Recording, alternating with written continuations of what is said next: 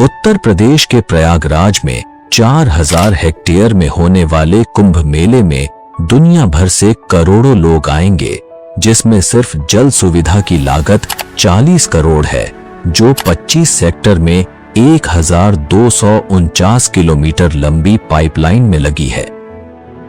2013 में आयोजित महाकुंभ मेला अब तक का सबसे बड़ा धार्मिक आयोजन माना गया था, जिसमें करीब 12 करोड़ से अधिक श्रद्धालु शामिल हुए थे। लेकिन 144 साल बाद होने वाले इस महाकुंभ की भव्यता उससे भी कहीं अधिक होने वाली है। देश विदेश से 40 करोड़ से ज्यादा श्रद्धालुओं के आने की उम्मीद है और इसकी विशालता का अंदाजा इसी बात से लगाया जा सकता है कि इसका अनुमानित बजट 6382 करोड़ रुपए है। भारतीय अंतरिक्ष एजेंसी इसरो का कहना है कि कुंभ मेला इतना विशाल और भव्य होता है कि इसे अंतरिक्ष से भी देखा जा सकता है। लेकिन आपके मन में यह सवाल जरूर उठता होगा कि यह इतना विशाल और प्राचीन आयोजन आखिर शुरू कहां से हुआ और इसके पीछे का इतिहास क्या है? क्या इसका उल्लेख भारतीय वेदों, पुराणों और धर्म ग्रंथों में मिलता है, या फिर इसके पीछे कोई और गहरी और रहस्यमयी कहानी छिपी है? और सबसे रोचक बात यह है कि कुंभ के शाही स्नान का पहला अधिकार केवल नागा साधुओं को दिया जाता है, जबकि अन्य साधु संतों को उनके बाद स्नान करने का अवसर मिलता है। इस विशेष परंपरा के पीछे छिपा है एक अद्भुत इतिहास, जो नागा साधुओं को इतना विशिष्ट और सम्माननीय बनाता है। महाकुंभ का आयोजन प्रयागराज के त्रिवेणी संगम पर होता है, जहां गंगा, यमुना और सरस्वती नदियों का संगम माना जाता है। लेकिन यहाँ केवल गंगा और यमुना ही दिखाई देती हैं। तो आखिर कलयुग में सरस्वती नदी अदृश्य क्यों हो गई? क्या यह केवल एक धार्मिक मान्यता है, या इसके पीछे कोई गहराई से छिपा हुआ वैज्ञानिक रहस्य है? और प्रयागराज में स्थित अक्षयवट, जिसे अमर वृक्ष माना जाता है, जो सृष्टि के विकास और प्रलय का साक्षी रहा है, इसके पीछे का इतिहास और महत्व भी जानेंगे। 2025 के महाकुंभ में भारत के 13 प्रमुख अखाड़े हिस्सा लेने वाले हैं। जानेंगे कि अखाड़ों का इतिहास क्या है, उनका विशेष महत्व क्या है, और इस बार किन्नर अखाड़े को शामिल करने के पीछे की वजह क्या है।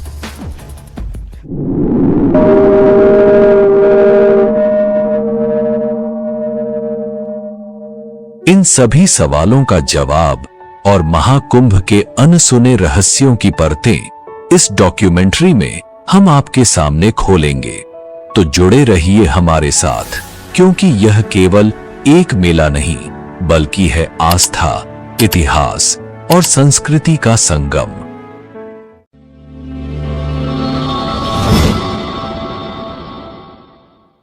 प्राचीन ग्रंथों में कुंभ मेले का स्पष्ट उल्लेख नहीं मिलता, फिर भी इसे भारत का सबसे बड़ा तीर्थ माना जाता है। यही नहीं, 2017 में इसे यूनेस्को ने मानवता की अमूर्त सांस्कृतिक विरासत की सूची में भी शामिल किया, जो इसकी ऐतिहासिक और सांस्कृतिक महत्व को दर्शाता है। कुंभ संस्कृत का ऐसा शब्द है जिसका अर्थ होता है कलश या घड़ा। लेकिन सवाल उठता है कि अगर कुंभ केवल पानी का घड़ा है, तो यह इतना बड़ा और विश्व विख्यात त्योहार कैसे बना? आइए इस वीडियो में हम आपको महाकुंभ के आरंभ से लेकर आज तक की पूरी यात्रा के बारे में बताएंगे। कुंभ मेले के इतिहास को समझने के लिए हमें 2 प्रमुख पौराणिक कथाओं को जानना होगा, जो इस पर्व की गहराई और महत्व को उजागर करती हैं। महाकुंभ मेले की पहली कथा सर्पों और गरुड़ देव के बीच की है, जो ऋषि कश्यप और उनकी 2 पत्नियों कद्रु और विनता से जुड़ी हुई है। कद्रु और विनता, जो आपस में बहनें थीं और ऋषि कश्यप की पत्नियां भी थीं, एक दिन कद्रू ने ऋषि कश्यप से वरदान मांगा कि उसे 1000 विषैले और शक्तिशाली पुत्र चाहिए। ऋषि कश्यप ने तथास्तु कहा और कद्रू को 1000 अंडे प्राप्त हुए।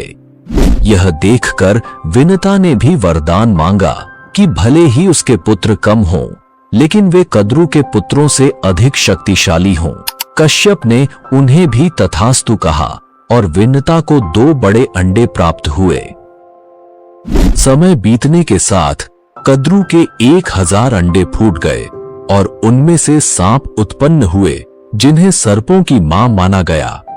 दूसरी ओर विनता के अंडे नहीं फूट रहे थे और अधीरता में उन्होंने एक अंडा समय से पहले फोड़ दिया। उसमें से एक अधूरा प्राणी निकला जिसका शरीर कमर तक ही विकसित था। वह गुस्से में बोला, मां, आपने मेरे साथ यह अन्याय किया, लेकिन कृपया दूसरे अंडे के साथ ऐसा मत कीजिएगा। वह प्राणी उड़ गया और उसका नाम अरुण रखा गया। आगे चलकर वह सूर्यदेव का सारथी बना। एक दिन कद्रू और विनता ने सूर्यदेव के सफेद घोड़े को देखकर शर्त लगाई। विनता ने कहा कि यह घोड़ा पूरी तरह सफेद है, जबकि कद्रू ने कहा कि उसकी पूंछ काली है। यह शर्त प्रतिष्ठा पर आ गई और तय हुआ कि जो भी हार जाएगा उसे दासी बनना पड़ेगा। कद्रू ने अपने नागपुत्रों से कहा कि वे सूक्ष्म रूप धारण कर घोड़े की पूंछ से चिपक जाएं ताकि वह काली दिखाई दे। नागों ने ऐसा ही किया और कद्रू शर्त जीत गई। विनता को हार मानकर दासी बनना पड़ा। कुछ समय बाद विनता के दूसरे अंडे से एक शक्तिशाली प्राणी निकला जिसका चेहरा गरुड़ पक्षी जैसा था और शरीर मनुष्य जैसा। उसका नाम गरुड़ रखा गया। जब गरुड़ ने देखा कि उसकी मां विनता कद्रू और उनके 1000 सर्प पुत्रों की दासी बन चुकी है, तो उसने अपनी मां को मुक्त कराने का संकल्प लिया। गरुड़ ने सर्पों से विनता को मुक्त करने का उपाय पूछा। सर्पों ने कहा, अगर तुम वैकुंठ से अमृत कलश लाकर हमें दे दो तो हम तुम्हारी मां को मुक्त कर देंगे। गरुड़ ने यह शर्त मान ली। वैकुंठ धाम पहुंचकर गरुड़ ने अमृत कलश प्राप्त किया। देवताओं ने उन्हें रोकने की कोशिश की, लेकिन गरुड़ अपनी अद्वितीय शक्ति के बल पर सफल रहे। विष्णु जी ने गरुड़ को रोका और उनसे पूछा, तुम इस कलश को क्यों ले जा रहे हो, जबकि इसे खुद ग्रहण नहीं कर रहे? गरुड़ ने अपनी मां को मुक्त कराने की व्यथा सुनाई। विष्णु जी ने गरुड़ से कहा, अगर मैं तुम्हें यह कलश ले जाने दूं, तो तुम हमेशा के लिए मेरे वाहन बनोगे? गरुड़ ने इस शर्त को स्वीकार कर लिया। गरुड़ ने अमृत कलश सर्पों के पास पहुंचाया, लेकिन विष्णु जी ने अपनी मायावी शक्ति से अमृत कलश को वहां से गायब कर दिया। गरुड़ ने अपनी मां को दासत्व से मुक्त कराया। इस यात्रा के दौरान गरुड़ पर इंद्र ने कई बार हमला किया, लेकिन वे असफल रहे। अमृत कलश से अमृत की कुछ बूंदें हरिद्वार, प्रयागराज, उज्जैन और नासिक पर गिरीं। यही कारण है कि इन 4 पवित्र स्थलों पर कुंभ मेले का आयोजन होता है। लेकिन आगे बढ़ने से पहले इस वीडियो को एक लाइक करके चैनल को सब्सक्राइब जरूर कर लीजिए, क्योंकि ये आपके लिए 1 सेकंड का काम है, लेकिन इससे हमारी काफी बड़ी मदद होती है। महाकुंभ से जुड़ी सबसे लोकप्रिय कथा है समुद्र मंथन की, जिसे देवताओं और असुरों के बीच हुआ एक महान प्रयास माना जाता है।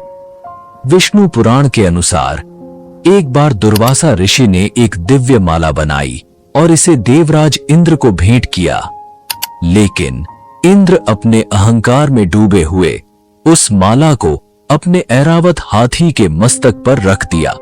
ऐरावत ने वह माला जमीन पर गिरा दी और अपने पैरों से कुचल डाला। महर्षि दुर्वासा ने इसे अपना अपमान समझा और क्रोधित होकर इंद्र को शाप दे दिया कि उनका वैभव नष्ट हो जाएगा और सभी देवता अपनी शक्तियां खो देंगे। इस शाप के बाद देवता कमजोर हो गए और असुरों से पराजित हो गए।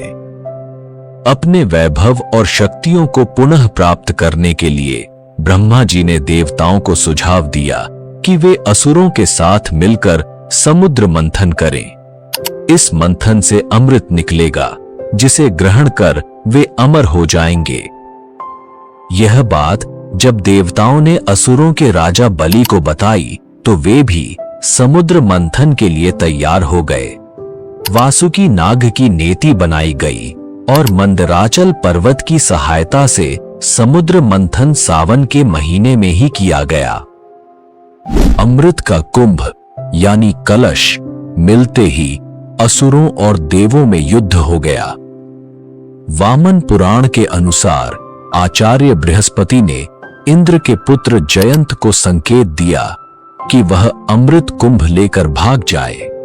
दैत्यों ने उसका पीछा 12 दिन तक किया, जो कि 12 वर्षों के बराबर था। युद्ध के समय अमृत कुंभ से त्रिलोक के 12 स्थानों पर अमृत की बूंदें गिरी। इनमें से 8 स्थान देवलोक में और 4 स्थान पृथ्वीलोक पर स्थित हैं: हरिद्वार, प्रयागराज, उज्जैन और नासिक।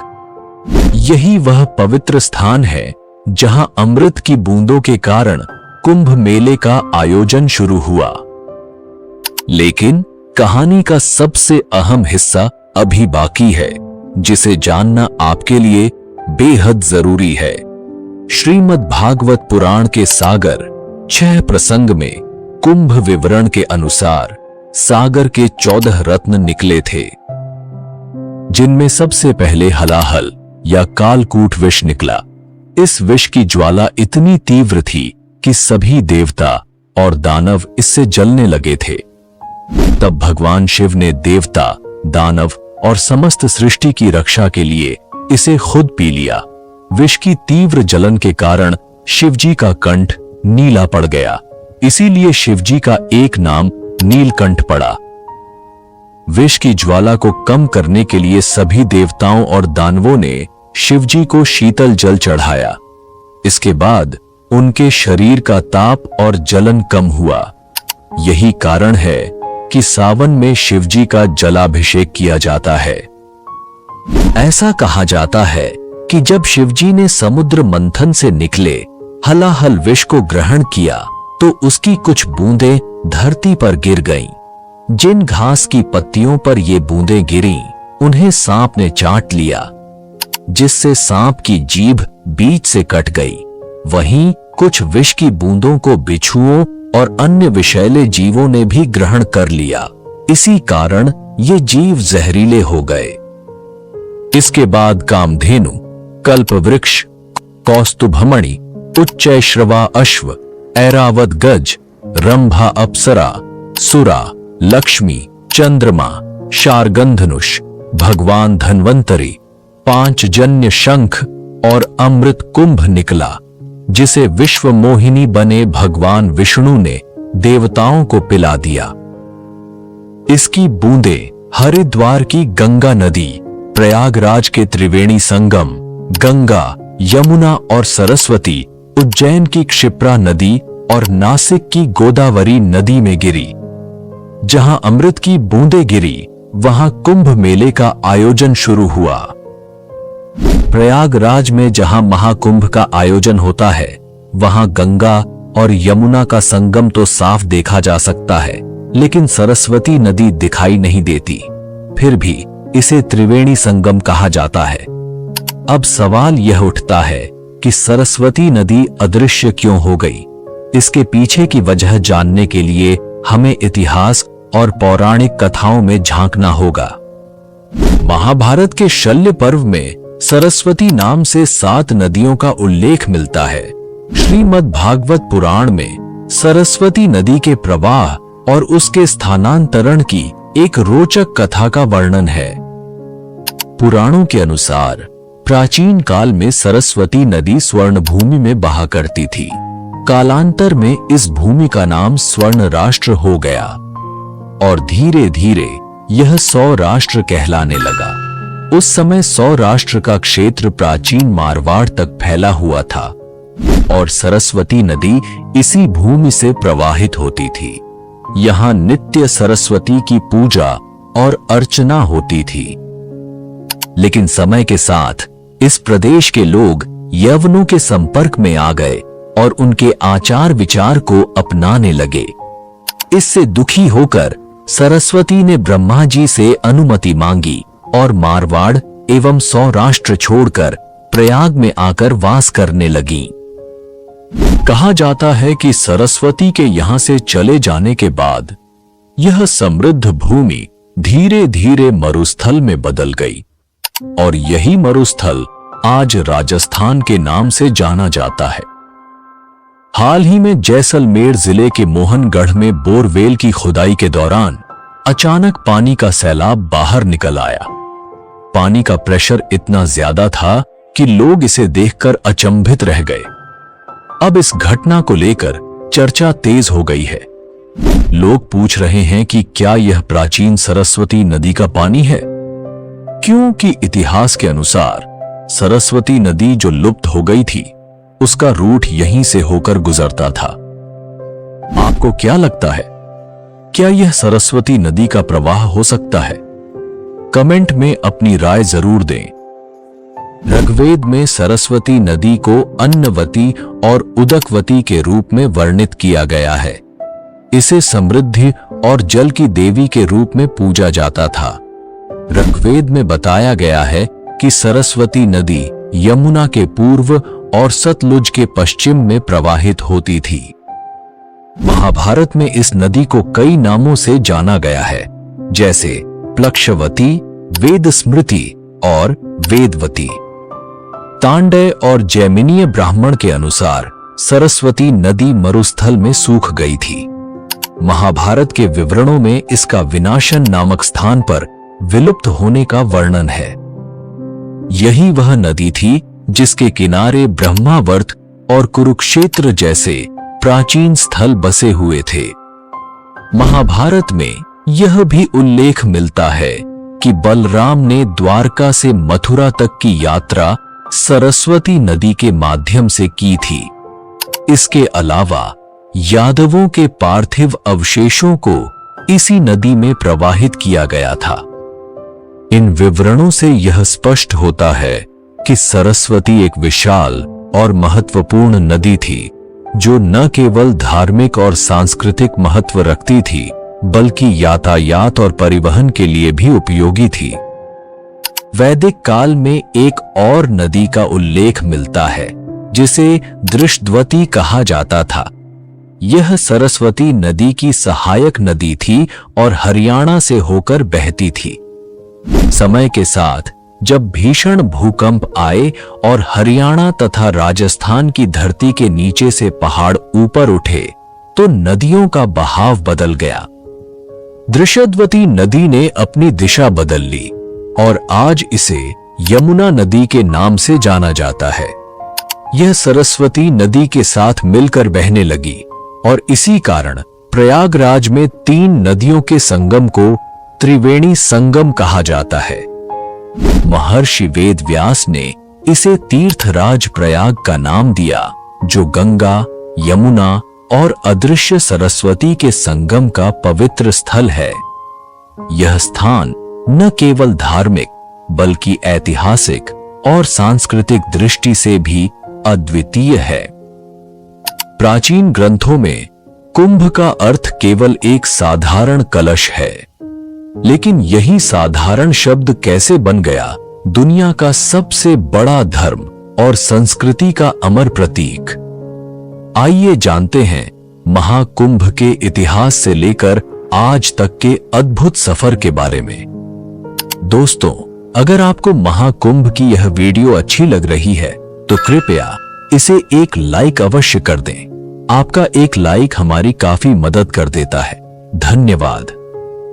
दरअसल कुंभ मेले का उल्लेख वैदिक ग्रंथों, सूत्र साहित्य, महाकाव्य पुराण ग्रंथों, स्मृतियों या धर्मशास्त्रों में नहीं मिलता है। ऐतिहासिक किताबों में इसे माघ मेला या प्रयाग स्नान के नाम से जाना जाता है। कुंभ मेले में शाही स्नान का विशेष महत्व है। पवित्र नदियों में स्नान करना हिंदू मान्यताओं का अहम हिस्सा है और इसका सबसे पहला उल्लेख ऋग्वेद में नाहन पर्व नाम से मिलता है। इसका वर्णन बौद्ध धर्म के पाली ग्रंथों और महाभारत में भी हुआ है। चीनी यात्री ह्वेनसांग के यात्रा वृतांत के अनुसार सम्राट हर्षवर्धन ने 644 ईस्वी में माघ मास के अर्ध कुंभ के अवसर पर प्रयागराज में आयोजित पंचवर्षीय धर्म महासभा में भाग लिया। इस सभा में उन्होंने अपना सर्वस्व दान कर दिया। कई सांस्कृतिक विद्वानों का मानना है कि 9वीं सदी में लगभग 850 साल पहले आदि गुरु शंकराचार्य ने हिंदू संस्कृति को सुदृढ़ करने और लोक कल्याण की दृष्टि से कुंभ मेले की परंपरा को प्रारंभ किया। यह मेला भारतीय संस्कृति और धार्मिक आस्था का अद्भुत संगम है।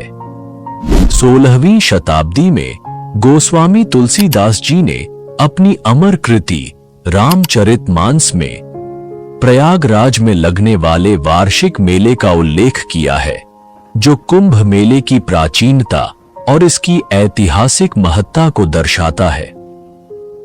वायु पुराण और नारदीय पुराण में सरस्वती नदी के तट पर स्थित कुंभ और श्री कुंभ तीर्थ का वर्णन मिलता है। वेदों की कई ऋचाओं में कुंभ, घट और कलश का उल्लेख किया गया है।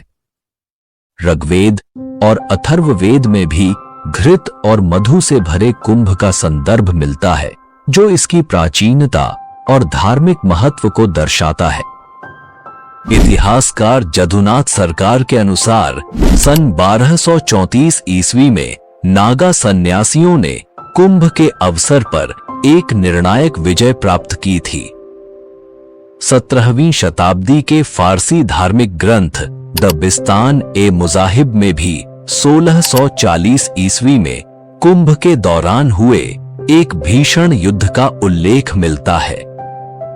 16वीं शताब्दी के उत्तरार्ध में लिखे गए तबकात ए अकबरी में भी प्रयागराज संगम पर एक वार्षिक स्नान उत्सव का वर्णन किया गया है। इसमें लिखा गया है कि देश के सभी हिस्सों से हिंदुओं के विभिन्न वर्ग स्नान करने के लिए आते हैं, इतनी संख्या में कि जंगल और मैदान भी उन्हें रोक नहीं पाते। यह विवरण इस बात का प्रमाण है कि कुंभ मेला सदियों से आस्था, इतिहास और भारतीय संस्कृति का एक अभिन्न हिस्सा रहा है। ऋग्वेद और अथर्ववेद में कुंभ का उल्लेख कई संदर्भों में मिलता है।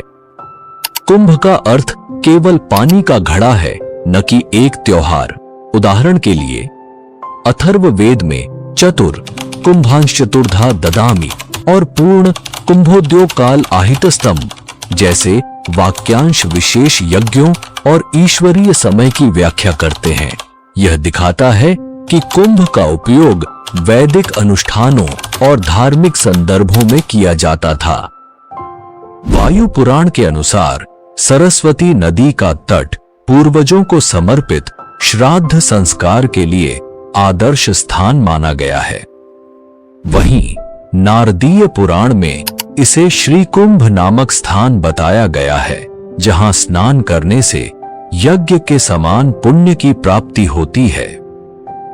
इन पौराणिक ग्रंथों में कुंभ का उल्लेख हमें इसकी प्राचीन धार्मिक और सांस्कृतिक महत्ता को समझने का अवसर देता है। नासिक और उज्जैन में आयोजित होने वाले मेलों को सिंहस्थ कहा जाता है। इसे सिंहस्थ इसलिए कहा जाता है क्योंकि जब बृहस्पति सिंह राशि में होता है और सूर्य तथा चंद्रमा की स्थिति मेला आरंभ होने की तिथि को विशेष महत्व प्रदान करती है। सिंह राशि का यह ज्योतिषीय संयोग नासिक और उज्जैन के कुंभ मेले को सिंहस्थ नाम देता है। अब सवाल उठता है कि कुंभ पर्व का स्वरूप एक त्योहार के रूप में कैसे विकसित हुआ। 14वीं शताब्दी के बाद तीर्थ यात्राओं और मेलों का चलन बढ़ा, यहां तक कि 19वीं सदी तक भी कहीं कुंभ मेलों का कोई जिक्र नहीं था। 1868 में ब्रिटिश अधिकारियों ने प्रयाग के माघ मेले की रिपोर्ट को ब्रिटिश सरकार को कुंभ माघ मेला नाम से पेश किया। तभी से इस मेले को नासिक, हरिद्वार और उज्जैन में भी कुंभ नाम से प्रसिद्धि मिलने लगी। हमारे मन में एक प्रश्न अवश्य उठता होगा कि कुंभ मेले का आयोजन और इसके स्थान को तय करने के पीछे कौन सा रहस्य छिपा है। तो आइए इसे विस्तार से समझते हैं। कुंभ महोत्सव का आयोजन ज्योतिषीय गणनाओं और विशेष खगोलीय स्थितियों पर आधारित होता है। जब बृहस्पति कुंभ राशि में प्रवेश करते हैं और सूर्य मेष राशि में होता है, तब हरिद्वार में कुंभ महोत्सव आयोजित किया जाता है। प्रयागराज में कुंभ का आयोजन तब होता है जब बृहस्पति वृषभ राशि में और सूर्य तथा चंद्रमा मकर राशि में होते हैं। यह स्थिति आमतौर पर अमावस्या के दिन बनती है। नासिक में गोदावरी नदी के तट पर कुंभ महोत्सव तब होता है जब सूर्य और बृहस्पति सिंह राशि में प्रवेश करते हैं। उज्जैन में कुंभ तब मनाया जाता है जब बृहस्पति सिंह राशि में और सूर्य मेष राशि में होता है। महाकुंभ का आयोजन हर 12 साल में होता है।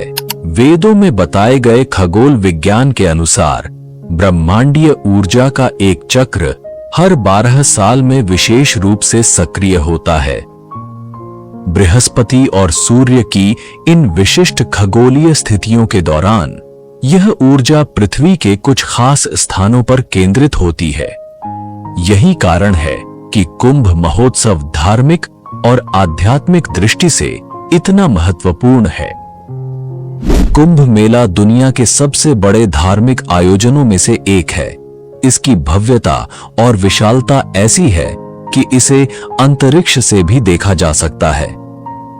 साल 2019 में भारतीय अंतरिक्ष अनुसंधान संगठन यानी इसरो ने अपने कार्टोसैट 2 उपग्रह के जरिए कुंभ मेले की तस्वीरें खींची थीं। इन अद्भुत तस्वीरों में त्रिवेणी संगम की पवित्रता और नया यमुना पुल की सुंदरता साफ साफ दिखाई दे रही थी। यह नजारा न केवल आस्था का प्रतीक है, बल्कि यह भारत की संस्कृति और धार्मिक एकता की एक झलक भी दिखाता है। महाकुंभ में स्नान का क्रम बहुत पवित्र और अनुशासित होता है। सबसे पहले नागा साधु स्नान करते हैं, फिर संत समाज और उसके बाद गृहस्थ लोग संगम में स्नान करते हैं। नागा साधु भारतीय आध्यात्मिकता और संस्कृति का एक रहस्यमय और रोचक पहलू है। उनके बारे में जानना हमारी प्राचीन परंपराओं और अध्यात्म को समझने के लिए बेहद जरूरी है। भस्म से रमा नग्न शरीर, लंबी जटाएं, हाथ में कमंडल लिए नागा साधु, जिनकी उपस्थिति अपने आप में एक रहस्य है। ये साधु अपना और अपने परिवार का पिंडदान स्वयं करते हैं, जिसे बिजवान कहा जाता है। आम दिनों में ये कहां रहते हैं, क्या खाते हैं, ये कोई नहीं जानता। परंतु कुंभ के शाही स्नान में ये मोक्ष प्राप्ति के लिए डुबकी लगाते हैं, जो कि उनका जीवन का एकमात्र लक्ष्य है। सदियों से भारतीय संस्कृति और धर्म पर संकट के बादल मंडराते आए हैं। 14वीं से 16वीं शताब्दी का समय, जब मुगल आक्रमणकारी भारत की संस्कृति और धर्म पर वार कर रहे थे, धर्म खतरे में था। उस समय नागा साधुओं ने धर्म और संस्कृति की रक्षा में अहम भूमिका निभाई। ये साधु केवल शास्त्र ही नहीं, शस्त्र विद्या में भी निपुण थे और धर्म की रक्षा के लिए अपना जीवन तक न्यौछावर करने को तैयार रहते थे। 18वीं शताब्दी में अहमद शाह अब्दाली, जिसे अहमद शाह दुर्रानी के नाम से भी जाना जाता है, ने भारत पर कई बार आक्रमण किया। 1748 में नादिर शाह की मृत्यु के बाद अफगानिस्तान का शासक बनने के साथ ही अब्दाली ने भारत को बार बार लूटा लेकिन उसका सबसे बड़ा और क्रूर आक्रमण 1757 में हुआ, जब उसने दिल्ली पर कब्जा कर 1 महीने तक अराजकता और लूटपाट मचाई। इस आक्रमण का असर केवल दिल्ली तक सीमित नहीं रहा। मथुरा, वृंदावन और गोकुल जैसे पवित्र स्थलों को भी अब्दाली की क्रूरता का सामना करना पड़ा। उस समय नागा साधुओं ने न केवल इन स्थलों की रक्षा की, बल्कि धर्म और संस्कृति की जड़ों को भी सुदृढ़ बनाए रखा। कई बार विदेशी आक्रमण की स्थिति में स्थानीय राजा महाराजा नागा साधुओं से मदद लिया करते थे। इतिहास में ऐसे कई गौरवपूर्ण युद्धों का उल्लेख मिलता है, जिनमें 40,000 से ज्यादा नागा योद्धाओं ने अपनी वीरता का परिचय दिया। अहमद शाह अब्दाली द्वारा मथुरा और वृंदावन पर आक्रमण के बाद जब गोकुल को लूटने की कोशिश की गई, तब नागा साधुओं ने अपनी अदम्य शक्ति और साहस दिखाते हुए अब्दाली की सेना से युद्ध किया और गोकुल की रक्षा की। इस सहयोग को सम्मान देने के लिए हिंदू शासकों और नागा साधुओं के बीच एक समझौता हुआ। धर्म और राष्ट्र की रक्षा की जिम्मेदारी नागा साधुओं को सौंपी गई। इस समझौते के तहत नागा साधुओं को राजसी सम्मान देने के लिए शाही स्नान की परंपरा शुरू की गई। तब से कुंभ के पवित्र स्नान का पहला अधिकार हमेशा नागा साधुओं को दिया गया है। हालांकि हर परंपरा की तरह यह परंपरा भी विवादों से अछूती नहीं रही। 1310 में महानिर्वाणी अखाड़े और रामानंद वैष्णव अखाड़े के बीच एक खूनी संघर्ष हुआ। वहीं 1760 में शैव और वैष्णव साधुओं के बीच शाही स्नान को लेकर भयंकर लड़ाई छिड़ गई। इन विवादों को रोकने के लिए अंग्रेजों ने अखाड़ों के स्नान का क्रम तय किया। यह अनुशासन आज भी कुंभ मेले की परंपरा का हिस्सा है। इसीलिए महाकुंभ में सबसे पहले नागा साधु शाही स्नान करते हैं। नागा साधुओं के बाद दूसरे क्रम पर संत समाज संगम में स्नान करता है और संत समाज के स्नान के बाद ही गृहस्थ लोग पवित्र संगम में स्नान के लिए उतरते हैं। ये नागा साधु एक विशेष सैन्य पंथ का हिस्सा है। उनके पास त्रिशूल, तलवार, शंख और चिलम जैसी वस्तुएं होती हैं, जो उनके सैन्य दर्जे और परंपरा को दर्शाती हैं। नागा साधु अपने आप में एक चलती फिरती सेना की तरह होते हैं, जो अपने इष्ट देव भगवान शिव के प्रति अगाध भक्ति और समर्पण रखते हैं। नागा साधुओं की दीक्षा प्रक्रिया केवल कुंभ के दौरान प्रयागराज, हरिद्वार, नासिक और उज्जैन में होती है। दीक्षा के स्थान के आधार पर इन्हें अलग अलग नाम दिए गए हैं। प्रयागराज के नागा, उज्जैन के खूनी नागा, हरिद्वार के बर्फानी नागा और नासिक के खिचड़िया नागा। ऐसा माना जाता है कि नागा जनजाति की शुरुआत भारत के उत्तर पूर्वी राज्य नागालैंड से हुई, जहां नंगा पर्वत श्रेणियां फैली हुई हैं। नागा शब्द का अर्थ है पहाड़ और कछारी भाषा में इसे युवा बहादुर लड़ाकू व्यक्ति कहा गया है। अगर आप नागा साधु और महिला नागा साधु के रहस्यमय जीवन के ऊपर एक विशेष डॉक्यूमेंट्री देखना चाहते हैं, तो कमेंट करके हमें बताएं।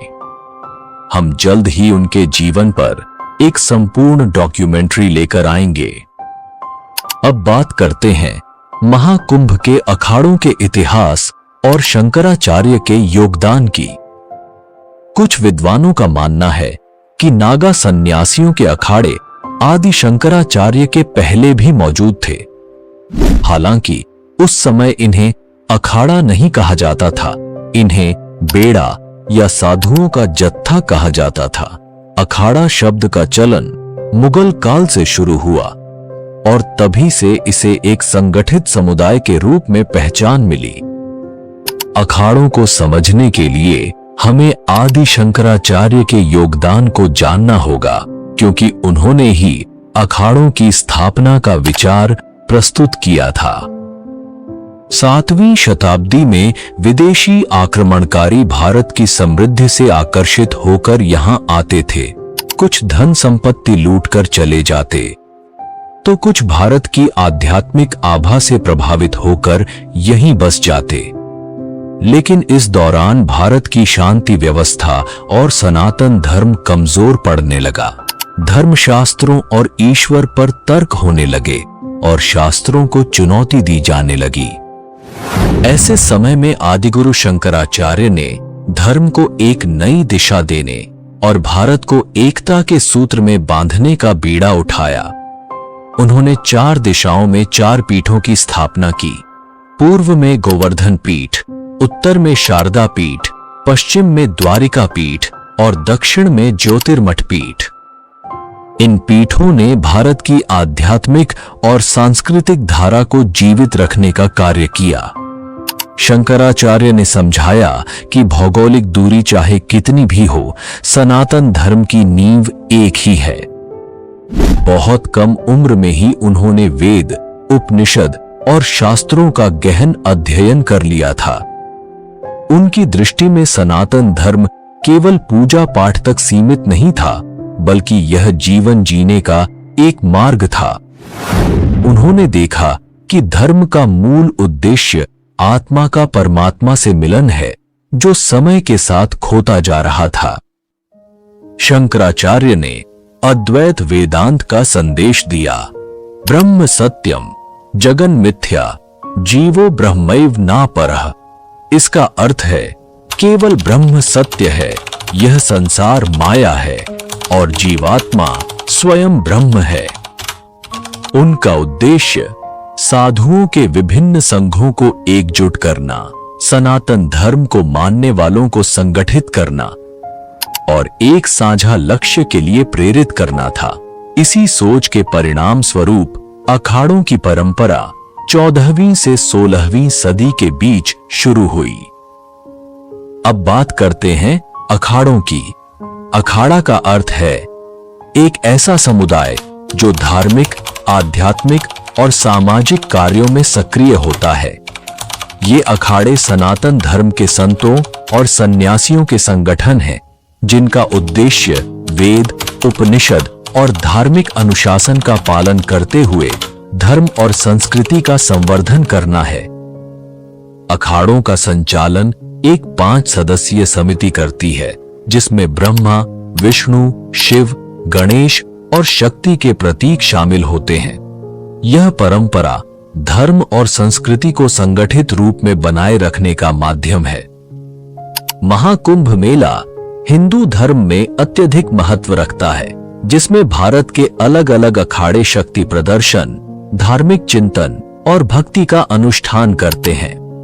महाकुंभ में 13 प्रमुख अखाड़े होते हैं, जिन्हें मुख्य रूप से 3 श्रेणियों में बांटा गया है।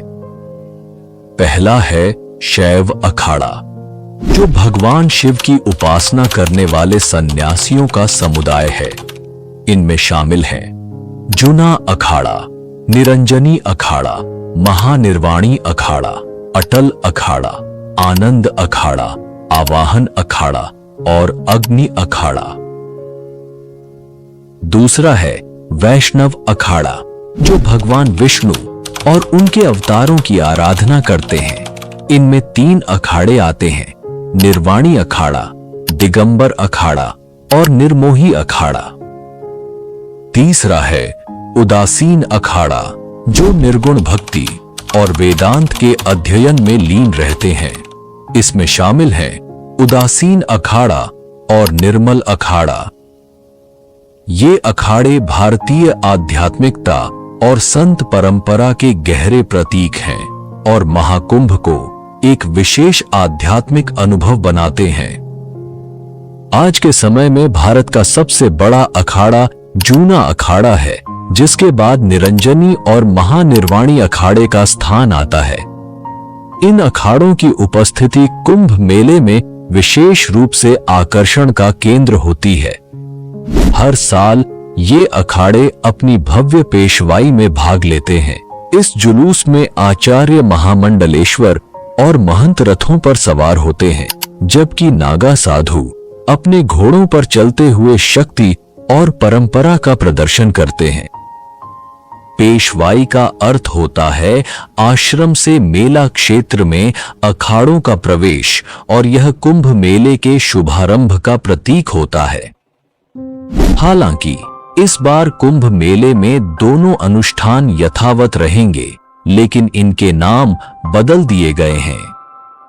अब शाही स्नान को राजसी स्नान या कुंभ अमृत स्नान के नाम से जाना जाएगा, और पेशवाई का नया नाम कुंभ मेला छावनी प्रवेश यात्रा रखा गया है।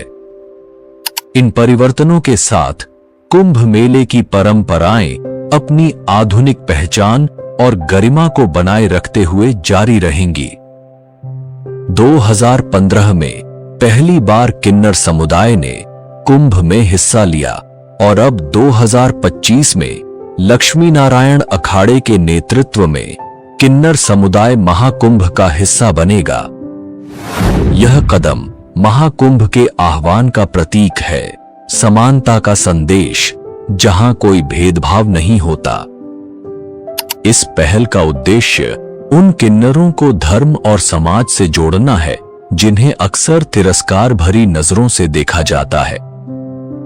महाकुंभ 2025 में अर्धनारीश्वर धाम के नाम से एक शिविर लगाया जाएगा, जो किन्नर समुदाय के लिए धार्मिक आस्था और सम्मान का केंद्र बनेगा। कुंभ के दौरान अखाड़ों की प्रमुख गतिविधि शाही स्नान होती है। ऐसा माना जाता है कि इस पवित्र स्नान से मनुष्य के सारे पाप धुल जाते हैं और उसे मोक्ष की प्राप्ति होती है। महाकुंभ 2025 एक ऐसा धार्मिक और आध्यात्मिक अनुभव होगा जिसे शब्दों में बयां करना मुश्किल है। इस आयोजन की शुरुआत 13 जनवरी को पौष पूर्णिमा से होगी। इसके बाद मकर संक्रांति, मौनी अमावस्या, बसंत पंचमी, माघी पूर्णिमा और महाशिवरात्रि जैसे पवित्र पर्व 45 दिनों के अंतराल में मनाए जाएंगे। इस महायज्ञ में करीब 40 करोड़ श्रद्धालुओं के शामिल होने की संभावना है। गंगा की पवित्र धाराओं के बीच गूंजते जयकारों की आवाजें, सोने चांदी से सजी चमचमाती पालकियां और आकाश में उठती धुएं की लकीरें, ऐसा राष्ट्रपति डॉक्टर राजेंद्र प्रसाद ने प्रयागराज में कुंभ मेला के दौरान कल्पवास किया। उनके लिए विशेष रूप से किले की छत पर एक कैंप स्थापित किया गया, जिसे आज प्रेसिडेंट व्यू के नाम से जाना जाता है। तो आपके मन में सवाल जरूर उठता होगा कि कल्पवास क्या होता है और कुंभ मेले में इसका इतना महत्व क्यों है। आइए जानते हैं इसके बारे में। धार्मिक मान्यताओं के अनुसार जब सूर्य मकर राशि में प्रवेश करते हैं तो प्रयागराज में शुरू होने वाले कल्पवास में एक कल्प का पुण्य मिलता है। शास्त्रों के अनुसार कल्प का अर्थ है ब्रह्मा जी का एक दिन। रामचरितमानस और महाभारत जैसे कई ग्रंथों में कल्पवास का महत्व वर्णित है। कल्पवास एक कठिन साधना है। इसके दौरान व्यक्ति को अपनी इच्छाओं पर नियंत्रण रखना पड़ता है। 1 माह तक चलने वाले कल्पवास के दौरान कल्पवासी को जमीन पर सोना होता है। उन्हें एक समय का आहार या निराहार रहना पड़ता है। साथ ही दिन में 3 बार गंगा स्नान करना अनिवार्य होता है। कल्पवास शुरू करने के बाद इसे 12 वर्षों तक जारी रखना होता है। इस दौरान साफ सुथरे पीले और सफेद कपड़े पहनने का विशेष महत्व है। कल्पवास के पहले दिन कल्पवासी अपने टेंट के पास जौ के बीज बोते हैं और एक तुलसी का पौधा लगाते हैं। महीने भर में जौ के छोटे छोटे पौधे उगाते हैं, जिन्हें जाते समय गंगा जी में प्रवाहित किया जाता है।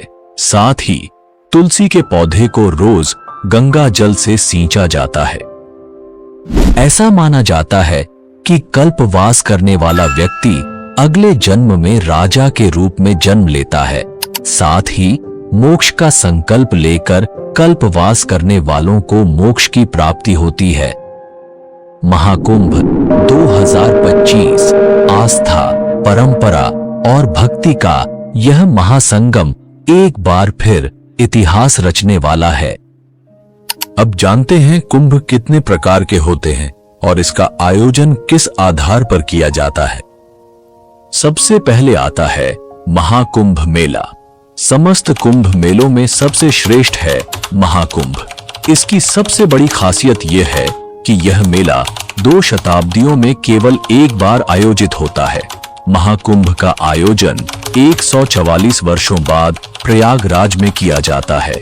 जब प्रयाग की पावन धरती पर 12 पूर्ण कुंभ पूरे हो जाते हैं, तब त्रिवेणी के तट पर महाकुंभ का भव्य आयोजन होता है। दूसरा है पूर्ण कुंभ मेला। पूर्ण कुंभ मेला हर 12 साल में एक बार आयोजित होता है। यह भारत के 4 पवित्र स्थानों प्रयागराज, हरिद्वार, नासिक और उज्जैन में मनाया जाता है। हर 12 साल के अंतराल पर इन चारों स्थलों पर कुंभ मेले का आयोजन किया जाता है, जहां श्रद्धालु पवित्र नदियों में स्नान करते हैं। तीसरा है अर्ध कुंभ मेला। कुंभ मेले के विपरीत अर्ध कुंभ हर 6 साल के बाद मनाया जाता है। इसका आयोजन केवल 2 स्थानों प्रयागराज और हरिद्वार में होता है। अर्ध का अर्थ होता है आधा, इसलिए इसे कुंभ मेले के बीच के आयोजन के रूप में देखा जाता है। और आखिरी है कुंभ मेला। कुंभ मेले का आयोजन भारत के 4 प्रमुख स्थलों पर होता है: हरिद्वार, नासिक, उज्जैन और प्रयागराज। इस दौरान श्रद्धालु गंगा, गोदावरी और क्षिप्रा नदियों में आस्था की डुबकी लगाते हैं। प्रयागराज में संगम में स्नान का विशेष महत्व होता है। तो यह था कुंभ के प्रकारों और उनके आयोजन का संपूर्ण विवरण। आपके मन में यह सवाल जरूर उठता होगा कि कुंभ पर अरबों रुपए खर्च करने पर आखिर सरकार को क्या मिलता है। आइए जानते हैं कि महाकुंभ 1882 से लेकर 2025 तक सरकार ने कितना बजट खर्च किया और इससे सरकार को कितनी आय हुई। साल 1882 में महाकुंभ पर केवल 20,228 रुपए खर्च किए गए थे। इसकी तुलना में मेले से कुल 49,840 रुपए की आमदनी हुई थी, जिसे राजकोष में जमा कराया गया। इस तरह सरकार को कुंभ से 29,612 रुपए का लाभ हुआ। उस समय मौनी अमावस्या पर करीब 8 लाख श्रद्धालुओं ने स्नान किया था, जबकि भारत की कुल आबादी 22 करोड़ 50 लाख थी। 1894 के कुंभ में भारत की जनसंख्या बढ़कर 23 करोड़ हो गई और इस आयोजन में करीब 10 लाख श्रद्धालुओं ने हिस्सा लिया। इस पर 69,427 रुपए खर्च हुए थे, जो आज के हिसाब से लगभग 10.5 करोड़ रुपए होते हैं। 1906 में कुंभ मेले में 25 लाख लोगों ने भाग लिया। इस आयोजन पर करीब 90,000 रुपए खर्च हुए, जो आज के मूल्य के अनुसार लगभग 13 करोड़ रुपए होते हैं। 1918 के महाकुंभ में संगम में डुबकी लगाने वाले श्रद्धालुओं की संख्या और बढ़कर 30 लाख हो गई। इस बार श्रद्धालुओं के लिए 1,37,000 रुपए का बजट निर्धारित किया गया था, जो आज के हिसाब से लगभग 16 करोड़ 44 लाख रुपए होते हैं। उत्तर प्रदेश सरकार ने महाकुंभ 2025 के आयोजन के लिए 5,435 करोड़ 68 लाख रुपए का विशाल बजट निर्धारित किया है। यह 2019 में हुए कुंभ मेले के 4,200 करोड़ रुपए के बजट से कहीं अधिक है। उत्तर प्रदेश सरकार के आर्थिक सलाहकार केवी राजू का दावा है कि महाकुंभ 2025 में करीब 45 करोड़ श्रद्धालुओं की अपेक्षित भीड़ के साथ इस आयोजन से कम 2 लाख करोड़ रुपए की रेवेन्यू जनरेट हो सकती है। महाकुंभ मेले में इस बार बड़ी संख्या में विदेशी नागरिक भी हिस्सा ले रहे हैं। राज्य सरकार के पर्यटन विभाग ने इन मेहमानों के ठहरने और उनकी सुविधा का विशेष ध्यान रखा है। इसके लिए कई टूरिज्म पैकेज तैयार किए गए हैं। इन आंकड़ों से यह साफ पता चलता है कि समय के साथ न केवल श्रद्धालुओं की संख्या में बढ़ोतरी हुई है, बल्कि आयोजन का बजट, आमदनी और व्यवस्थाओं का स्तर भी लगातार बढ़ता गया है। 13 जनवरी से शुरू होने वाला महाकुंभ 26 फरवरी तक यानी 45 दिनों के लिए रहेगा। इससे आप अंदाजा लगा सकते हैं कि यह विश्व स्तर का एक विशाल आयोजन है। अगर आपको हिंदुस्तान में रहने का सौभाग्य मिला है तो आपको इस महाकुंभ में एक बार जरूर जाना चाहिए।